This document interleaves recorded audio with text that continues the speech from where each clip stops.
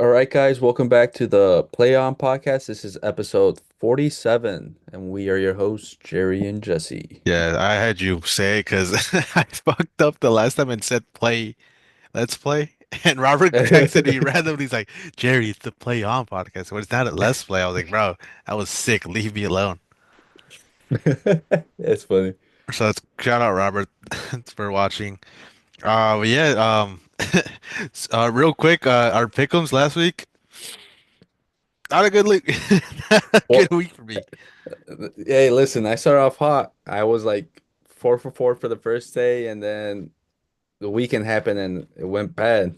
Yeah, you were like 7 of 8 for the Champions League matches, which is crazy. The only one you didn't get was the Milan. AC Milan game. Yeah, And who would have thought? But yeah, we're gonna go over the pick'ems. I went 7 for 20, I think. yeah. And you I went finished 10. 10 of 20. So Jesse got 50%. I had a shit week. But that's wishful thinking by my part.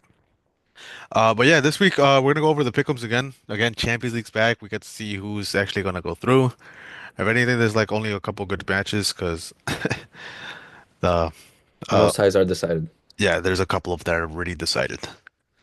So yeah, without further ado, let's get started. This is starting from Tuesday. It's in chronological order, and we're gonna go from there. Yeah, so it starts off with Milan versus Feyenoord. It's 1-0 for Feyenoord, but I still have AC Milan going through. Yeah, me too. I have AC Milan going through. Next match is Atalanta versus Bruges. Bruges won the first leg, and you called that one. Yeah, I don't know, dude. I just had a feeling. You did, and you were telling me, and I was surprised you weren't celebrating it because you told me like, oh, I thought I picked Atalanta. Yeah, I forgot about it, and I thought I picked Atalanta, so I was like, damn. But on top of that, they kind of won by bullshit. Hey, listen, Jerry. I'm not gonna I'm not gonna say anything about that one. And the ref got touched his ear. It was like a penalty call. And they're like, oh, Jesse picked Bruges, give him the penalty. And they did. And they got the penalty. They scored off that. But yeah, I'm taking Atalanta. They're playing at home this time. I don't think the lead is too narrow for Bruges to run away with it. Yeah, same. I'm picking Atalanta. I listen. Last time Bruges was at home, and they had a great result, but Hmm. that's it. Yeah, and that's where you would think they'd take advantage. Next one is Bayern Munich versus Celtic. Yes. And yeah, Bayern has a lead 2-1, right? Yeah, 2-1. But yeah, Celtic couldn't do it at home, sadly, and they're not going to do it away. So I have Bayern Munich. Yeah, unfortunately, I have to pick Bayern, even though they are playing some awful football, and I don't know how Vincent Kompany is still a coach. My bad. I put you by taking Celtic by accident. I Not think I mad just. about it. Next match is Benfica versus Monaco. Monaco won the first leg 1-0. I mean, Benfica No, won the Benfica, leg. Benfica. Yeah, Hmm. 1-0 at Monaco. So I think Benfica at home this time. It's hard to beat them. Yeah, the Benfica, even though it's 1-0 lead, I feel like that's the fortress they have at home is very tough. I mean, that's where they scored 4 goals against Barcelona. So I think they could easily beat Monaco, especially Monaco's like on the decrease. Like they're slowing down a lot. Well, not la past weekend they scored 7. Well, they had no choice, dude. They just lost. Yeah. They had to show up for something. And then the next one is completely out of left field. None of us thought this score was gonna happen, but it's Dortmund versus Sporting. Yes. And Sporting lost 3-0 to 3. Yeah. And they were at home, so now they have to go to Dortmund and get a result. And I don't put it past them. Yeah, I picked Sporting to win the game, but not to go through. I pick Dortmund. I think that lead is too much. They're gonna leave themselves exposed. If they lost 3-0 when there were there was like nothing at risk, Hmm. 0-0, everything, to give up a 3 goal lead is kind of crazy.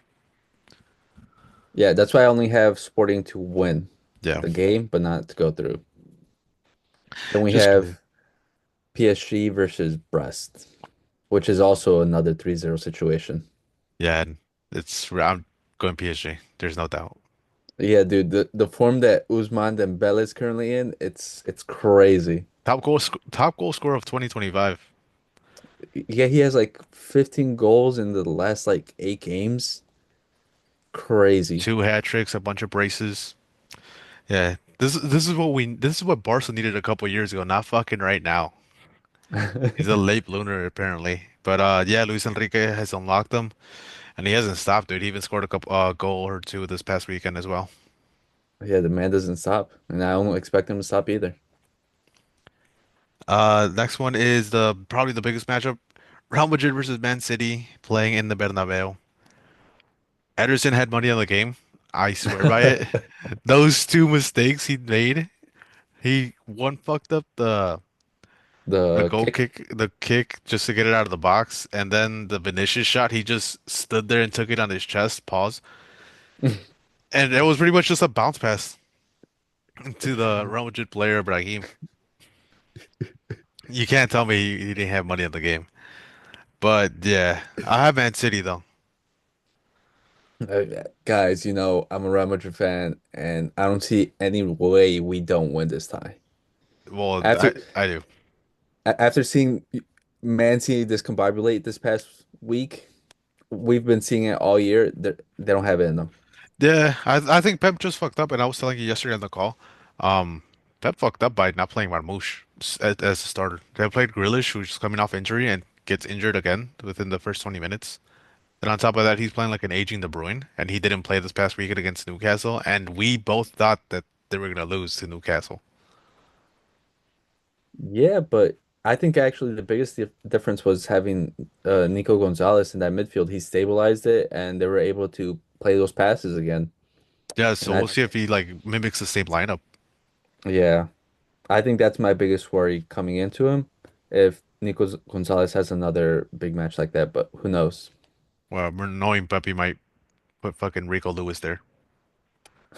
Speaking of another guy that made a mistake.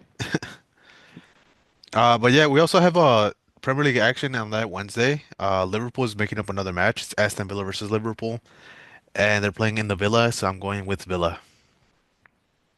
Yeah, and I went with Liverpool because I just think they're not in the best form the past couple matches, but I think they'll scrape through and get the win. What are they? Loss against FA Cup, tie against Everton, win this past weekend. Barely against Wolves 2-1. And now it's like again, it's another tough match. So Liverpool's not having it easy. I think Arsenal's what 4 points behind now. I don't know if you could look it up right now. 7. No, they're still seven, but like They're still 7. still they're not having the easiest time at the moment. And it No. sucks too because they have to make up matches and like teams like that are qualified don't have to play midweek, but unlike them, they do. Yeah. No, they don't have to make up any matches. They're both even 25-25. So why are they playing this weekend? I mean this like No, midweek. because remember they made it up last week with the Everton match because that was the one that was delayed. So now they're playing this weekend. Well, I meant like midweek. Well, like why are they playing midweek then? No idea, Jerry. If anything, it benefits Barcelona and Liverpool might get knocked out because that's the team I'm terrified of coming up against in the Champions League. Oh, we also did forget Juve versus PSV. Oh, right. How could I forget? And I took PSV. I took PSG. PSG. PSG. I read the line above. Juve. I picked Juve. Juve are, I've been behind them all season, and I don't see why. They're on a good run of form, and they look like they're developing into a really top team. I Yeah, think they just next beat Inter. season, yeah, I think next year they're gonna be very scary. What the young players are they Hmm. have developing Yeah, and they just won this past weekend. Not an easy match against the ex-champions, uh, are the current champions. current champions. Either way, Inter, it's yeah, Inter Milan. You know, they've been going on a crazy run this past couple of years, and Juve, a young Juve squad to do that against them, it's a huge confidence booster. That's for sure. And Juve's up on this leg too, right? 2-1. 2-1. Yeah, but in other words, Europa League again, Roma versus Porto, they're tied 1-1.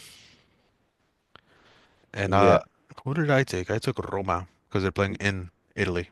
yeah, and I picked Porto because I'm different. I I That's the was only reason why. I was watching this match. I actually put money on Porto when they were up one man because Roma got a red card, and I didn't like what I saw. And Sam was like on a 9 goal A draw. goalless draw. Like, yeah, I don't think I could trust them. Yeah, but that's exactly why I picked Porto. Because once you said that, Jerry, it's gonna be the opposite. Watch Samu score a brace. I'll be caught off guard if that does happen. Then on Friday we have a battle of mid. Well, I say one team. It's Everton versus Man U. Everton is on a 5 game not losing streak, but I think that's Saturday. that's Saturday. Yes. Oh, it's Saturday. It's like, yeah, it's a 5 a.m. match. Practically should be Friday. But Everton has won three of the past.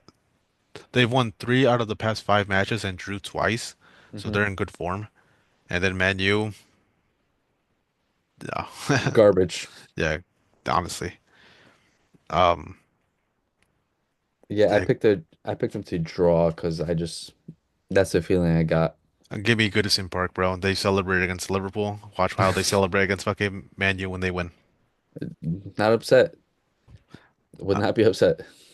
Next match is Arsenal versus West Ham. You don't have to ask Jesse. You know where he went. He went to West Ham. Listen, my hate watch will continue and won't stop, especially seeing how the current Arsenal fans are. It doesn't seem like they know reason. Yeah, I mean, I took Arsenal just because they're rusted. I mean, they're playing me. Hey, Jerry, they got a new striker, Mikel Merino, dude. They do. So he's gonna score a hat trick. But yeah, in other words, Arsenal lost Kai Havertz for like a significant time. They have no striker. They have trust. No, not Trossard is not really a striker, but yeah, they don't have any. I think there was actually plans about promoting like a 15-year-old academy kid they have. Yeah, they're chalked at this point. Yeah. Because strikers are hard to come by.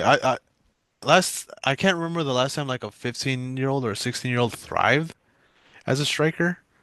Probably Endrick was probably the last one, but even then he wasn't scoring that many goals in Brazil. I mean, maybe Evan Ferguson like a couple years ago as like an 18-year-old, Yeah, but but still, it's even 15. It's 15 is a huge difference between that and 18. yeah, Yeah, I don't know. It's a tough ask. yeah. Then we have another hate watch from me, Aston Villa versus Chelsea. And everyone knows that I'm picking Aston Villa. Yeah, I'm taking Aston Villa too. Chelsea has been in a horrible run of form. They've lost a couple key players like Nico Jackson, Madueke. Yeah, and they're playing who? Pedro Neto, and like a lot of the Chelsea fans are complaining on Twitter that he's probably the worst winger they've ever seen next to Modric. So it's surprising because I was a huge fan of Pedro Neto. I thought he was like the first line of attack for Wolves. He was with Wolves. He looks outstanding. Everyone was expecting a big move for him for years, and he finally went to Chelsea. And it just Chelsea just feels like in a similar situation to Man U, where as soon as you leave, you play good. Yeah, and a lot of it, it's you got to say at this point, it's coaching. Like whoever the trainers are, however they're training, it's probably not the best. Again, it doesn't help that it looks like a Planet Fitness in that gym. So, yeah, Chelsea's probably not the best move, and they're in talks with who Nico Williams to go there. Yeah, with Nico Williams, they're signing more wingers because their Can't plan get is you enough. can never have enough. Can't get They're enough. also they're also in talks with trying to get Mitoma from Brighton, another winger. So They can't get enough. And another guy that's injury prone is like, why? they just love their injury-prone wingers, Jerry. They love him, dude. They have him for a good 2 matches, out for the six, come back for two, out for Yep. six. Next match is Las Palmas versus Barcelona. Barcelona, top of the league, got the win against Rayo Vallecano, which was a very hard ask. And I got Barca winning. They're playing in Las Palmas too, so it's gonna be a hard match. Everyone knows what I'm picking. It's Las Palmas. They're gonna give me some happiness. I'm not gonna lie, Barca has struggled against Las Palmas, especially away too. So I'm telling you, it's not an easy feat.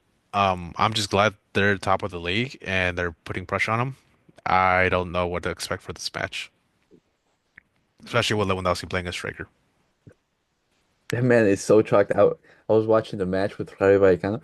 I swear he's literally playing for Rayo Vallecano. He was playing against us. There was like so many chances where he took a bad touch. This took too long to shoot. It's like, bro, that's what I'm saying. Like we play better without him.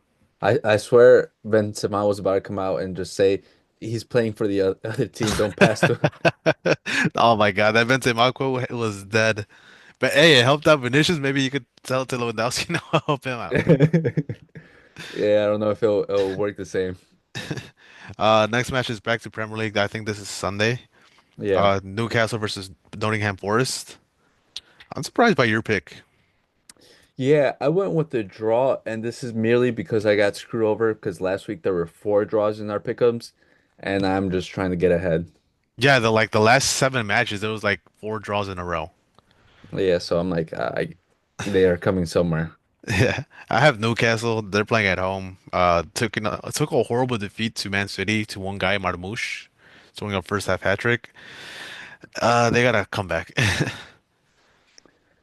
And then we have probably what mo most media will say the biggest match of the weekend, Liverpool versus Man City. I have Liverpool. I also have Liverpool, but now I feel iffy about it. You want to change it? No, but I just wanted to note it down that I feel iffy about it. I have Liverpool. I've seen them. I've seen how Man City played this year against like the top opposition in their league. And it's never satisfied. You're never at ease. When you bet on them, your bet is pretty much almost shocked within the first 20 minutes. Um, yeah, give me Liverpool. Yeah, but I feel like now that we've said that basically Man City's because after they lose to Real Madrid, there can be out of all competitions and there all can be with the Premier League left. And I think since we're counting them out, watch them have a great performance against Liverpool. If anything, it just puts more pressure on Arsenal. I don't mind it. But that's after they beat Real Madrid, they're gonna lose to Uh, Liverpool. uh, Next match is a huge win in La Liga. It's Real Madrid versus Girona. They're playing in the Santiago Bernabéu, but again, Real Madrid is coming off very tight schedules. yeah, and we both know that Ancelotti, he doesn't know that there's substitutions in the game. So the players are running 90 minutes the entire time.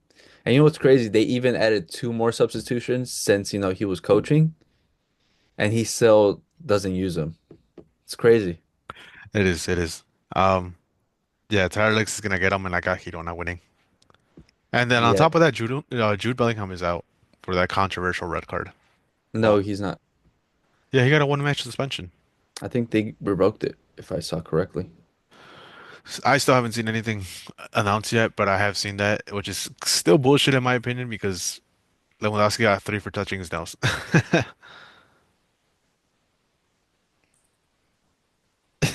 You don't have anything to say, right? I was gonna say something, but we can't we'd have to cut it out. So Yeah, and Jesse has Real Madrid. We already know that. yep. And then we have another hate watch of mine recently. It's Bayern Munich versus Frankfurt. Yeah, I have a tie. Yeah, I have Frankfurt winning just because after watching Bayern versus Bayern Munich versus Bayern Leverkusen, I do not want anything successful happen with Bayern. I want them to go trophyless. Harry Kane does not deserve a trophy. They decided not to play football, and they were so lucky to escape that game with a point. Yeah, I'm not a huge fan of the Bundesliga this season. It's not really exciting. If Bayern does win, it's by like two penalties that they had to convert, and it's Harry Kane. That's the only reason he's a top goal scorer. There's not much other than Musiala. He's probably the only one that like excites me at that team. But yeah, give me a tie. I don't wish anything from these two teams. I don't believe Frankfurt would do much, especially without Marmoush. But I'm excited for the next matchup. It's Como versus Napoli. Yeah, they're really good. I remember last week when we were making our pick'ems, we mentioned Como versus Fiorentina, but we both said nah. We should have And put it. yeah, Como came out and they beat Fiorentina 2-0 with both young kids scoring. And away. Was it away? Yeah, they're playing in Fiorentina. I thought it was home. No, I'm pretty sure it was away. Yep, you're right. Was away. So Chess Fabregas making strides over there, and Nico Bass has just earned his call up to the Argentina national team too. No, the second one. He's already been called up. Well, that's why I just earned another call up. But you saw his goal? Yeah, Good goal. sadly Too he's not bad. going back to Madrid. Yeah, only because Carlo, dude. We had him and he never used him. Yeah, he'll probably bench him and put him next to Guler. Sit tight. Yeah. But yeah, I have Napoli winning after all that praise. I got Como and Nico Paz scoring another one. I two things can't happen at once for Napoli, so that's why. I mean, for Como, that's why I'm going Napoli. Nah, Jerry. It's gonna be an interesting match for sure. I recommend everyone watching it. I'm gonna watch it too through CBS. And then we have one more matchup in this League One. Sounds like I moaned. Lead the League One. I'm gonna just start saying that. It's Uh, someone Le clip that. Someone clip it. it's Lyon versus PSG. It's a great matchup. PSG's in a crazy run form. Lyon is trying to find their footing, and Cherki is trying to make his move. I don't know if you saw his recent quote. Yeah. He said they could pay me $1 billion per week. I'm not going to Saudi. Sure, sounds like none of Europe wants you right now for some reason. It's But crazy. yeah, it is. And I have Lyon winning. Someone's got to Yeah, break that streak. yeah, no, I see Dembele's getting another hat trick this match, so no, I want PSG. But those are our pickles for this week. Even for our parlay, I might as well say it right now. We didn't have one, but me and Jesse were so close with all our Champions League picks. So our parlay's gonna be Milan to win, Atalanta to win, Bayern Munich to win, and Benfica to win. That's our parlay. It's 4 legs. Get it done. And share your Yeah. winnings, because your boy has not been winning. I had a rough week, dude. You would have fucking hit a decent amount. Yeah, I just I forgot about it, dude. If I remembered, I would have done it. I don't blame you. But we're gonna go to our first topic here, and it's the Jude Bellingham red card for saying "fuck off." Is "fuck off" what would you say, derogatory term? What would they label it as? I feel like it's just a simple term, and nothing ha happened. Well, because even the ref in his notes, he said, "Oh, I thought he said fuck you instead of fuck off," and that's where he said that there was a miscommunication in that form. But it's so crazy to think, because even sure, if you consider like uh fuck off, it shouldn't be anything more than a yellow. A straight red is crazy to do in the first half. Well, I don't know. There is a rule book, and you have to admit it too. Like it's a part of the rule book. You have to respect the ref. All right, Jerry, let's be honest here. How many times have we seen players disrespect the ref far worse than that's happened or berate them and get away with it? No, yeah, I'm not saying that's not a thing. It's you clearly have it in your team. Vinicius is known to call them idiots and all that to the ref. Nothing ever happens to him. I've witnessed it all the time with that. Barcelona, they play with different rules. They can't t touch your nose. You can't wave them off if you don't agree with the call. It gets red cards. But it just sucks for Bellingham because eventually I was gonna catch up to him because you did see that like over the past couple weeks he has been like complaining to the refs, telling them fuck you. He's been picked up on hot mics and all that. He just got unlucky and got a ref that knows English and sure he was like probably telling him to fuck off or anything, but in the end like it is a term used to like dismiss someone. Like I could tell you fuck off and that would be in a friendly manner or something. But in the heat of a moment of a match, like oh, I'm being respectful to you. I'm being respectful to you. Fuck off. It's like, well, tell someone fuck off to the street and they might punch you in the face. It's it could be taken in either way, and of course, the ref took it as bad and gave him a straight red card. But I feel like the biggest problem isn't the current situation that it's like if you just look at it as the individual incident, it might be like be able to pass off as sure like it's just a ref not appreciating the way that he was talked to, but like the whole encompassing situation with Real Madrid and refs right now makes it look it's more amplified because like with like the recent penalties that are controversial. Some people, very small group of people saying those are penalties. Some people like playing saying like, oh, that's just like Real Madrid getting what they deserve because of the situation that how they were complaining to the refs and how they put them on the spotlight, and now they're just getting their getbacks. And so like that situation like makes it worse because now I feel like everything that Real Madrid players are going to say to refs is going to be highlighted and it's going to be scrutinized. And same thing with like the opposite side with the refs, they're going to be scrutinized for everything they do and say. Yeah, it is, and I think that Real Madrid brought that upon themselves because they were using their own television network, Real Madrid TV, to put a bunch of pressures on the ref. And you got to admit, a lot of La Liga teams got mad at that, raised concerns. They brought it to the La Liga, complained about it. So at that point, like the ref's job is kind of doesn't have to accept those pressures, and they're kind of making even calls that have been made all season. Like the recent penalty that was just called on Real Madrid in the Osasuna game. Like that was a penalty just because that's how they took a goal away from Barcelona because he got stepped on, and they called the penalty like that because the Osasuna player got stepped on. Sure, it's a very small penalty. It's a VAR penalty at all costs. Um, but that's how it's been called. And on top of that, Real Madrid has had like no penalty calls until like they brought out that memo. But in my opinion, this has always been the La Liga refs. They're not the best refs.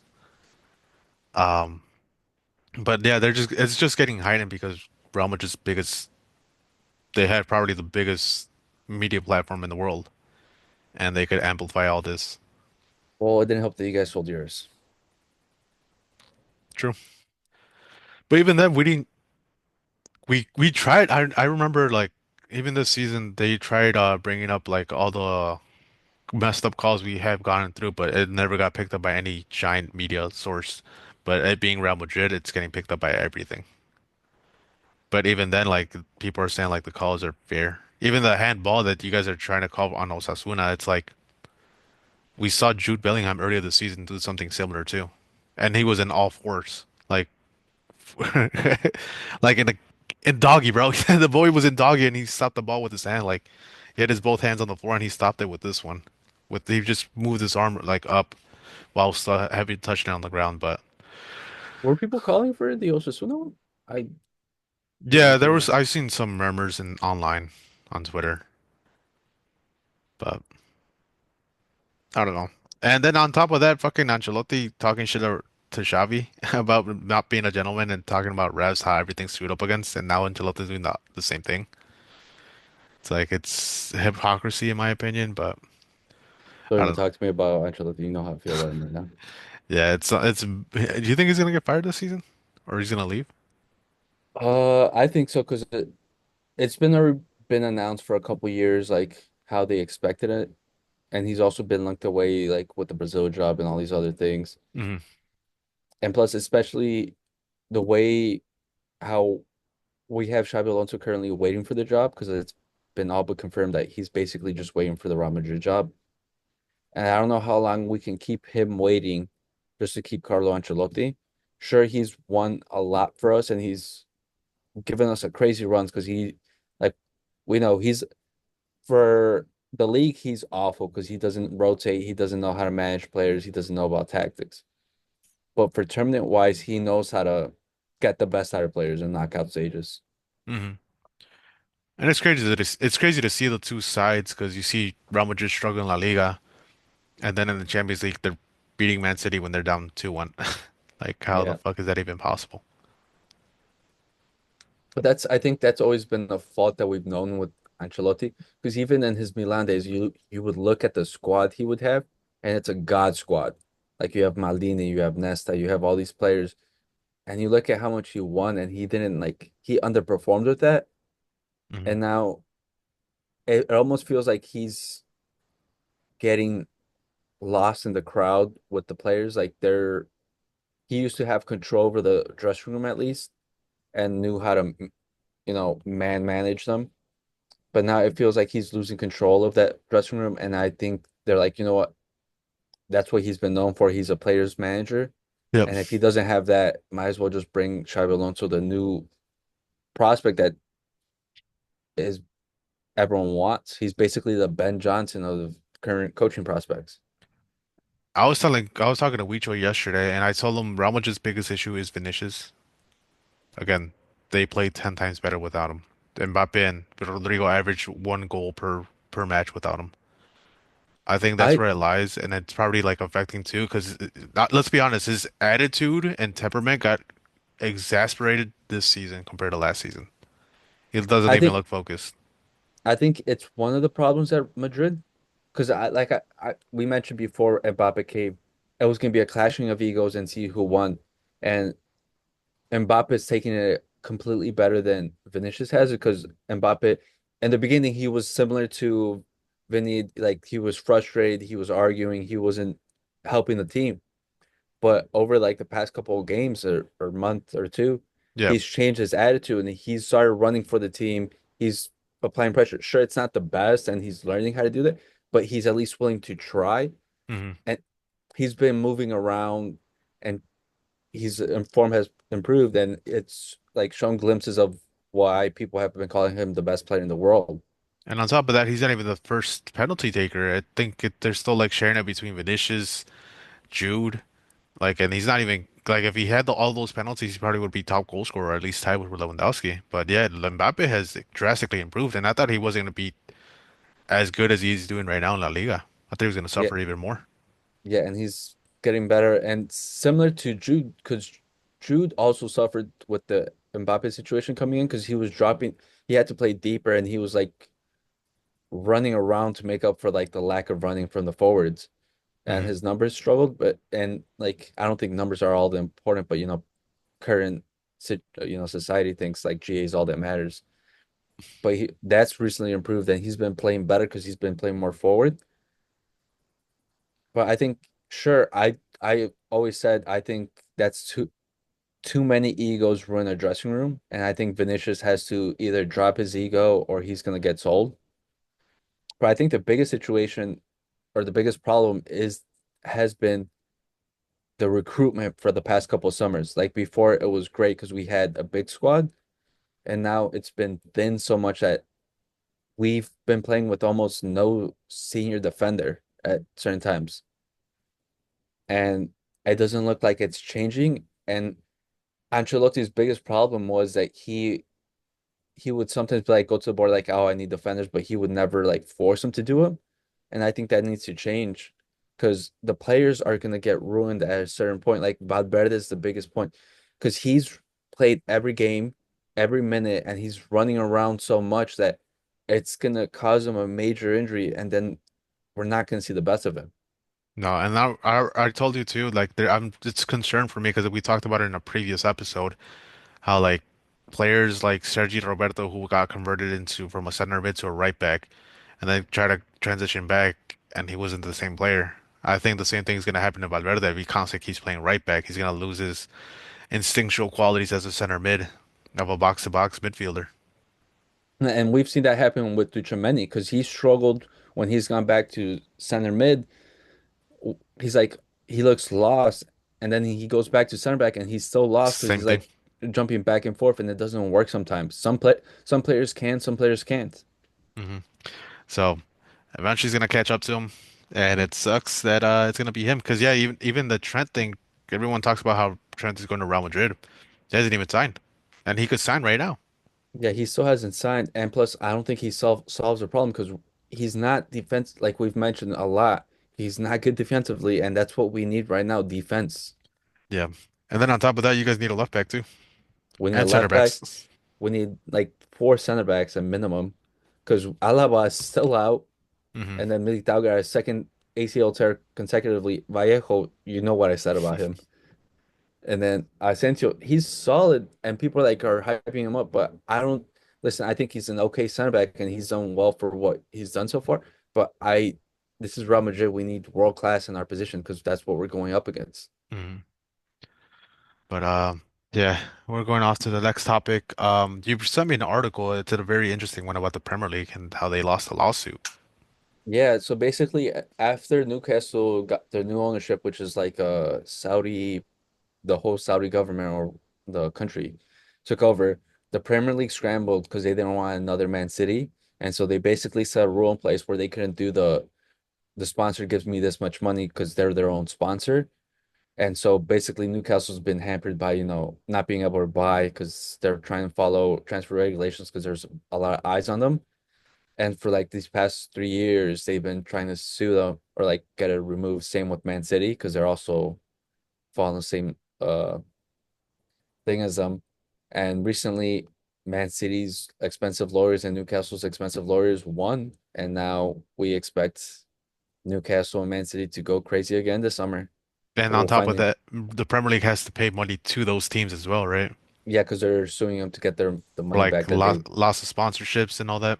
Yeah, so they're expected to have a big summer, and I think it's big for Newcastle, especially because we've seen Isaac linked to every club because he joined a project that never launched because they never had the money to do it. Hmm. Now they have the money and they might go crazy.